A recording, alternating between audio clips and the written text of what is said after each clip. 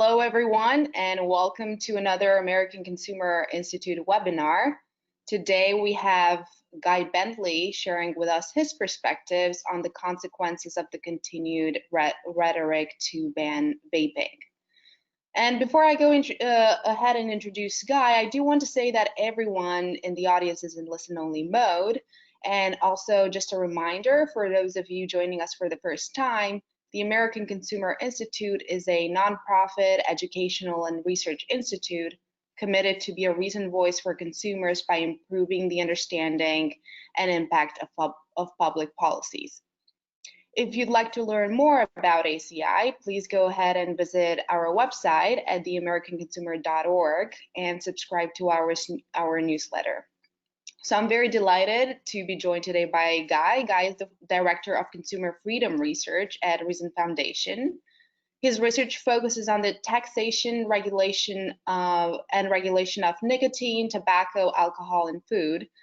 And before joining Reason Foundation, Guy served as a reporter in London and Washington, D.C., and his work has been featured in the Washington Post, USA Today, Forbes, Time, Business Insider, the Daily Beast, the New York Post, and other publications, both in the United States and the UK. So welcome, Guy. Thank you for joining us today. Thanks so much for having me. So let's jump right in. What are the health impacts of e-cigarettes and vaping products? What are the risks? Do we have data on what the short-term and long-term effects are of these products? Yes. Well, one thing to always remember when we're talking about e-cigarettes and reduced risk nicotine products is to put them in a context of relative risks.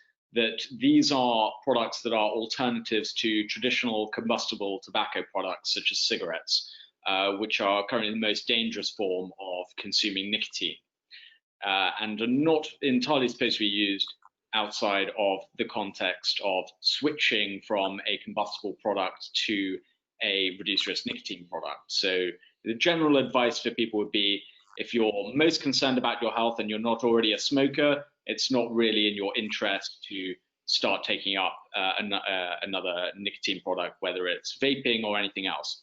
But we do have quite a lot of data on at least the short-term impacts of e-cigarettes, and both from the Royal College of Physicians and a number of other academic studies that have been done on this show that the acute or short-term effects of vaping vis-a-vis combustible cigarettes are dramatically lower than combustible cigarettes. The Royal College of Physicians estimates that they're around 95% less hazardous than traditional combustible cigarettes. But the more data we get on this, that actually might be an underestimate. It might be more in the region of, for instance, cancer potencies and so on, being around less than 1%. So there is a dramatic difference between combustible cigarettes and nicotine e-cigarettes, or even e-cigarettes that don't contain nicotine. Because one of the most important things to recognize that is still not widely understood by the majority of the public and most of the media and even many physicians is that nicotine is not the active agent that is associated with smoking-related deaths and illnesses. It's the process of combustion, of setting something on fire and inhaling the resulting smoke. Because that process of combustion sets off chemical chain reaction, that is where we see the release of extremely hazardous chemicals, which then result over prolonged use in smoking-related diseases. Now, e-cigarettes contain no leaf tobacco and are generally a mixture of propylene glycol, nicotine, and some flavorings, and there is no combustion in the process of using an e-cigarette. So that's what accounts for the dramatic difference between the old cigarettes and these new reduced risk products. Mm-hmm.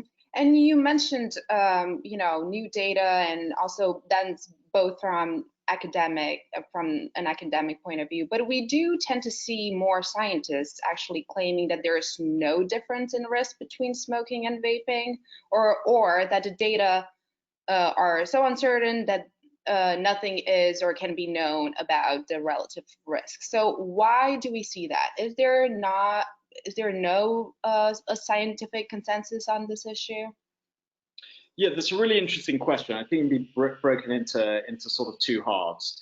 there are a minority of people who claim that there is essentially no difference between e-cigarettes and combustible cigarettes. I'd say that group of people is a minority in the scientific community, and quite an extreme minority. At this point, with sort of more than a decade of research now on these products, they're kind of people who claim that there's no difference between a cigarette and an e-cigarette. I mean, we're sort of in the realms of climate change denial territory, or, we're talking about that sort of scientific consensus. It sort of overwhelmingly points in one direction. The second half of that is whether people disagree on the magnitudes of that relative risk effect. So how much safer are they than combustible cigarettes? If we consider that most people will agree that e-cigarettes, yes, will be less harmful, how much less harmful are they? One of the interesting things we've seen in the research is you can track, for instance, study subjects who were smokers and have a control group of, say, those who switched from smoking to vaping e-cigarettes, and those who who did not use e-cigarettes but quit cigarettes entirely. And at least in the short term, we see no difference between those two, between those who quit cigarettes completely and weren't using any e-cigarettes and those who were using e-cigarettes. We see essentially no difference in the data. Now, there has been a sort of plethora of research coming out over the last several years of essentially trying to find some sort of negative effect from e-cigarettes in the short term that could possibly lead to negative effects on the long term. Most of this research seems thoroughly unconvincing, and in fact, one paper that got an enormous amount of attention tried to claim that those who were using e-cigarettes were significantly more at risk of heart attacks. Now, this study was actually later retracted. I believe it was I can't remember which journal it was, but it might have been something put out by the American Heart Association. But the author was Professor Stanton Glantz at the University of California, San Francisco.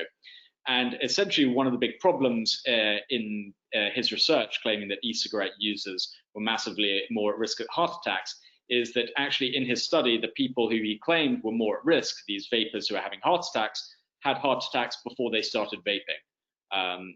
So I don't think that using e-cigarettes can induce time travel in terms of their health risks. So that study was retracted, and I'm afraid we do see quite a lot of incredibly bad research trying to claim some negative harm from e-cigarettes in the short term, but none of it really bears out to any scrutiny. Now, if we look at the long term, of course, these products have really been on the US market in a significant way, sort of post 2008. So we do not have decades-long epidemiological studies to find out their correct risk, but we can pretty strongly infer from the research that has been done to date that these products are extremely unlikely to cause any long-term harm on the proportion and magnitude of combustible smoking. I think you put their risks either at the same level or perhaps even less than the smokeless tobacco snus, which is, for instance, very popular in Sweden, and is one of the reasons why Sweden has the lowest smoking rate in the developed world, because most of the population who uses nicotine or tobacco uses snus, which is dramatically safer than combustible cigarettes, and that we do have decades of epidemiological research on, and has been a very effective smoking cessation tool without any major problems or consequences. Mm-hmm. So you did mention, the plethora of bad research out there, but along with that, we have several tobacco control activists, many academics that have adopted or pushed for more hostile regulatory paradigms for reduced risk products. And they're all designed to reject any notion or any benefit from the reduced risk tobacco products. So what does this do for the current rhetoric to ban vaping? Yeah, it's enormously unhelpful because the current tobacco control movement in the United States seems to have a very sort of one-dimensional view about what tobacco control and tobacco harm reduction should be, which is essentially that products should not be treated differently. So an e-cigarette should not be treated entirely differently from a combustible cigarette, and that the goal is a society in which nicotine use is at zero, no matter what form it is in, safer form or harmful form, whatever form it is. That is the goal of a entirely nicotine-free society. Now, that is a hopeless ambition anyway, and also an undesirable one. We've seen the disastrous consequences of prohibition, both with certain forms of gambling, with alcohol, obviously, and with the attempts to control the marijuana market and the broader war on drugs. We've sort of experienced this lesson several times. But what makes that sort of attitude or rhetoric for prohibitions or incredibly draconian regulations or taxes on e-cigarette products is that these are not just recreational products in the way, say, alcohol or marijuana is. Marijuana, for a large part, there is a segment of the market that is medical. But say if we take that with alcohol, e-cigarettes are also a harm reduction tool. They have a medical benefit. It is not just purely a recreational product. And this focus on treating all products the same really misses, the wood for the trees here. We are talking about a category of products that are dramatically safer than cigarettes, and there's around 480,000 deaths from smoking every year in the United States. If an increasing proportion of the 34 million smokers in this country switch to e-cigarettes, it's very simple. It means we will have fewer deaths from cancer, emphysema, COPD. People will live longer, more productive lives if they switch to these products. So every barrier we put in the way of consumers choosing this safer alternative, all that does is cement the traditional cigarette market. All that means is that people will smoke for longer and increase their chances of dying from a smoking-related disease. And so it's not just the barriers of regulation, taxation, but also the misperception and misinformation people have around these products. The majority of people in this country, in the United States, believe that e-cigarettes are either just as harmful or even more harmful than traditional cigarettes. Now, with that massive gulf in public misunderstanding, it means we're getting far fewer people who would like to switch to something. They cannot quit cigarettes in the traditional ways with nicotine replacement therapies or cold turkey. They've tried everything else, but they stop from taking that step of switching to vaping because they say, well, if it's just as bad as smoking, I might as well continue smoking. The barrier to entry for them is now much higher because of that misperception. So the rhetoric it's not just bad from a public policy standpoint of view, it's really affecting millions of consumers across the country who would be better off from their own welfare standpoint if they switched to these safer products. So we're going to get more into what the specific effects of, this rhetoric are. But so should vaping be encouraged as a harm reduction strategy with the aim of reducing cigarette-related deaths, or should regulators seek to restrict the availability of e-cigarettes? E-cigarettes should certainly be encouraged as a harm reduction tool, along with all the other traditional therapies that we know of, nicotine replacement therapies, counseling, and so on. It should definitely be part of that public health mix. In the United Kingdom, where I'm sure it's painfully obvious that I'm from, the National Health Service and Public Health England strongly encourage both clinicians and GPs to encourage smokers to switch to these products, to try them. There is a thriving market. There are public health information campaigns, asking people, perhaps you should quit to this. It is massively safer than combustible cigarettes. So they absolutely should be encouraged as part of a public health strategy to help those smokers who do wish to quit to transfer and do so. Unfortunately, we have not taken that step in the US because e-cigarettes have not been authorized by the FDA as a smoking cessation therapy. And this is sort of a technical point, but it's an important one because with the specific rules and regulations we have in the United States, e-cigarettes, they are a harm reduction tool, but they're also a consumer product. The reason the e-cigarette market thrives and why so many people find it a satisfying alternative to smoking is because you have wide variety in the choices of nicotine strengths, of flavors, of the kind of device you use. it is a much more enjoyable and pleasant way to quit smoking than a completely medicalized product. And unfortunately, the traditional nicotine replacement therapies have, I believe it's over a 90% failure rate when it comes to encouraging people to quit smoking. Whereas e-cigarettes, on the other hand, there was a randomized controlled trial published in the New England Journal of Medicine last year showing that e-cigarettes were about twice as effective as nicotine replacement therapies at helping smokers quit. So it would be helpful for FDA, one, to authorize these products for those e-cigarette companies that have put in application products to be authorized, to authorize those products, and also when they make applications, to authorize what are called modified risk tobacco product applications. And this is an order which essentially allows e-cigarette companies and other companies to inform consumers that e-cigarettes are safer than cigarettes, so consumers have the information available to them to make the right choice. Those would be actions that FDA could do to help out with this.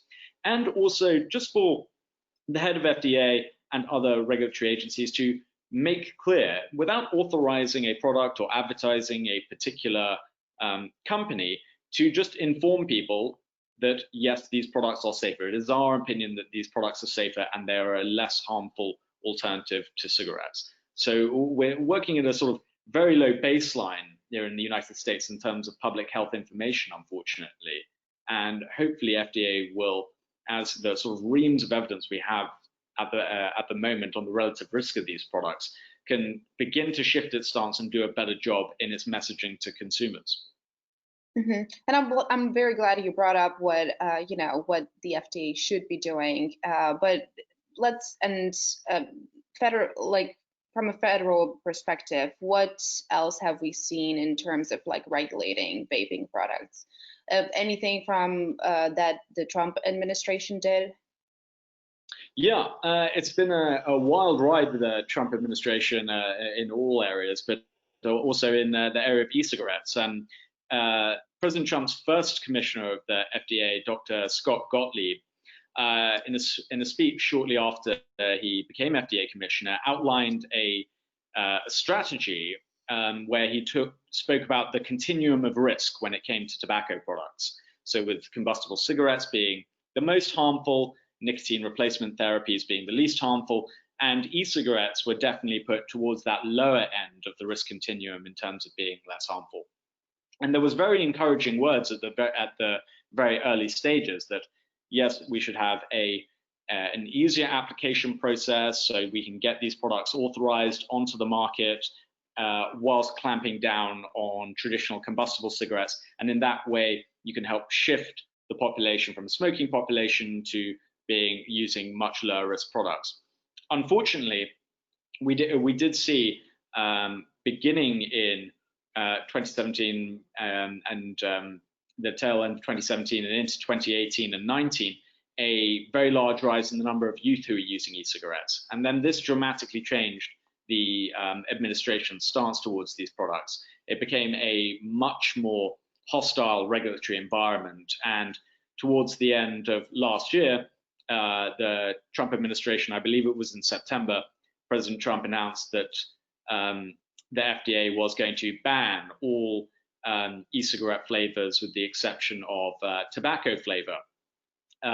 This elicited a huge outcry from the millions of people who use vaping products and for the businesses that supply them. And after many months of negotiation and lobbying and many protests that also happened in DC, the administration changed its response to this and instead did not ban all vaping flavors. It banned vaping flavors other than menthol in a certain category of e-cigarettes. These are what we call closed system e-cigarettes, which use pods. So for instance, such as Juul, which is the current market leader at the moment, and other similar products like it, but left the what we call the open system market. So these are what we call vape devices that are sort of quite larger and you refill e-liquid yourself and so on, and many other products like that. They were allowed to continue as before. So we did see a sort of regulatory backlash from the administration in response to the youth data, but some of the worst of what they were proposing was limited. But we also had what was one of the biggest concerns for the vaping industry, were the deadlines for their pre-market tobacco applications. And now these are applications that, if approved, allow the product to be sold and remain on the market. And every product had to submit one of these at enormous cost to FDA, in both money and man hours. Very recently, only a few months ago, when the deadline for that finally hit. It had been changed several times. It had been extended to 2022 when it was supposed to hit in 2018. Then it was pulled back a year, and now it's been set for 2020, and that application deadline has passed. And that was a pretty big deal for the e-cigarette industry, because many smaller companies cannot afford to comply with these FDA regulations. Traditional tobacco companies and so on can quite easily comply with these applications, whose costs can run into the millions. But if you're a small producer and so on, that cost, the legal expertise you need, the labs you have to hire in order to run the necessary trials and tests, is much more difficult. So we will see quite a consolidation in the e-cigarette market as some of these applications are rejected, or many producers haven't been able to comply with them at all. Mm-hmm. And so now that we talked what's happening at the federal level, can you give us a quick recap of what's been currently happening at the state level? Yeah, the state level has also had a flurry of activity. We've had bans on flavored e-cigarette products introduced in or passed in Massachusetts, in California, in New Jersey. I believe there may have been some others as well. Rhode Island also passed an e-cigarette flavor ban, New York. So we have seen large-scale prohibitions at the state level, although California's, which also encompassed all flavored tobacco products, both combustible and non-combustible, that will be the subject of a ballot initiative next year if the proposals of that gather enough signatures. So that could possibly be reversed. But we've also had around 300 localities across the country pass various kinds of e-cigarette flavor bans. So whilst these products, flavored products, are still legal in most of the country, there has been a real push at the state and local level to prohibit these products. And unfortunately, all that does is, again, puts another barrier in the way of people switching from smoking to vaping. E-cigarette flavors are often portrayed as a device of industry to lure kids into using e-cigarette products, but that's not the case. The vast majority of adult vapors use non-tobacco flavors. They're a much more attractive alternative than tobacco flavors. And we have had research. Abigail Friedman at Yale University published a study earlier this year showing that those vapors who used flavored products were far more likely to cease smoking than those who use non-flavored products. And flavors are also not the main reason why youth begin or experiment with vaping. The Centers for Disease Control and Prevention, in its own research, found that only about, I believe it was 23% of youth who vaped cited flavors as a reason for why they vaped. The overwhelming answer was curiosity and peer influence. So that very much reflects use patterns of other substances we see amongst teenagers, whether that's alcohol or drugs and so on. So there's nothing very special or particular about e-cigarette flavors that make them very attractive to youth, as opposed to other substances that youth experiment with. So on the state level, it's been a very nasty and bitter fight, and there will no doubt be a lot more of that as state legislatures reconvene after elections and proposals being put in. But many e-cigarette advocates, tobacco harm reduction advocates, and academics have done a good job in preventing many of these bans and prohibitions from spreading across the country, and then hopefully some of these there'll be opportunities to have some of these reversed. So I want to jump to like what we're going to see next, and the new president-elect appears to be outspoken opponent to vaping, and he's on record for saying that he would ban all vape products once he enters the office. He's also on record for endorsing flavor bans and only permitting some of these products restricted sales. So any idea of what we should expect from the new administration, and what does that mean for consumers and for tobacco harm reduction policies? I think undoubtedly you'll see a more hostile stance from a Biden administration. A lot of it will depend on who is chosen to head up the FDA. Joshua Sharfstein is a leading contender, or I believe it's a dean at Johns Hopkins, and he has written very strongly in the past that e-cigarettes essentially should be regulated as medical devices and should be only used really in as a cessation tool, with very heavily regulated and used much more in a therapeutic context than the sort of consumer context in which e-cigarettes thrive. So unfortunately, I think you will see a more hostile reaction from a Biden FDA, and also especially from Democrats in Congress. However, the congressional picture in terms of legislation looks more uncertain, with Republicans picking up seats in the House and possibly controlling the Senate.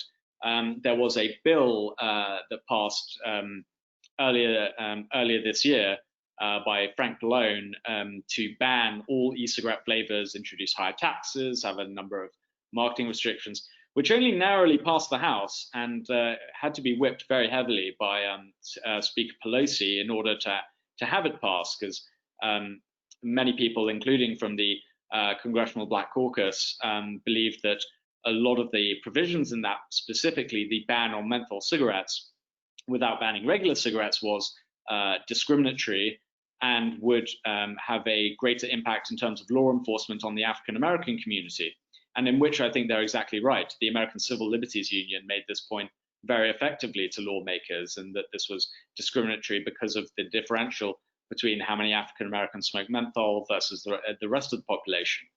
And that narrowly passed the House, and is, subsequently died. But seeing that brought back, it wasn't brought to a vote in the Senate, and if Republicans control the Senate, I would hope if it passes the House again, it's not given a vote in the Senate.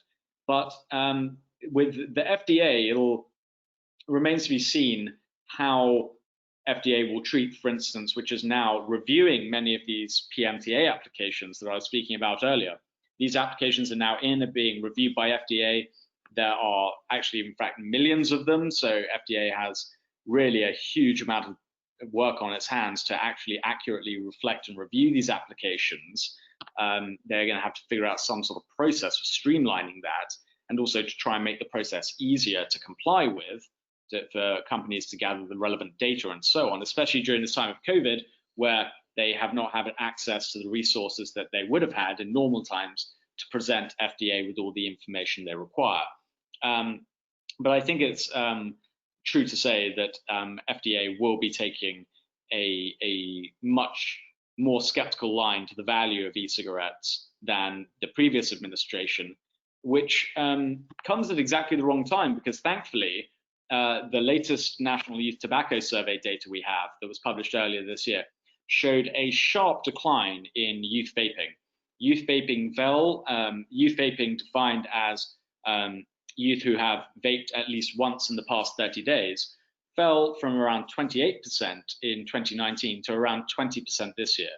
So there has been a substantial fall in youth vaping, and most of this was before we had the survey was really taken before closed system flavor products were taken off the market, before the federal government's raising of the tobacco age to 21, which also happened earlier this year, been in place for a very short amount of time. So youth vaping is declining and was declining. So to take any action that would then obstruct adult smokers from getting access to this product is really inflicting a lot of pain, not necessarily for any gain. Mm-hmm. So, Guy, we're coming to the end of the webinar, but I do want to ask if you have any concluding thoughts on specifically on how should e-cigarettes and vaping products be regulated so that consumers are not at risk from potential harmful effects, but also that they can have access to the benefits. Yeah, absolutely. Well, the ideal regulatory regime for e-cigarettes is one to ensure product safety standards and consumer standards. We see this in many other countries, UK and other European countries, where, of course, manufacturers, they have their products reviewed, have their ingredients reviewed, the product safety, making sure everyone knows what they're consuming. That is absolutely fine, and we're totally support a regime really based around consumer standards and consumer welfare. But unfortunately, the sort of Byzantine system we have at the moment is where you need these massively expensive product applications for essentially equivalent products in terms of their health risks to consumers, which is already de minimis, which just adds a huge opportunity cost for regulating this industry when you have essentially really incredibly similar products all needing to submit their own applications and studies at vast expense to be approved individually, each one individually by teams at FDA. That makes no sense whatsoever. Products that are broadly equivalent and similar to each other that can then pass and submit applications which show the standards that they're working with to show that they do meet an FDA requirement in the interest of the health and welfare of the consumer. That should be all that is necessary. Unfortunately, I don't think we're going to really see a huge amount of movement away from the current system to a more liberalized system of regulation that would require enormous intervention by the FDA and also possibly as well by Congress to revisit the Tobacco Control Act, of which I'm not sure there would be enormous appetite in Congress given the other issues that are on the table. But so I think the most important thing now for FDA to do is really help manufacturers as much as they can, give clear direction and guidance in how to comply with the system that we currently have.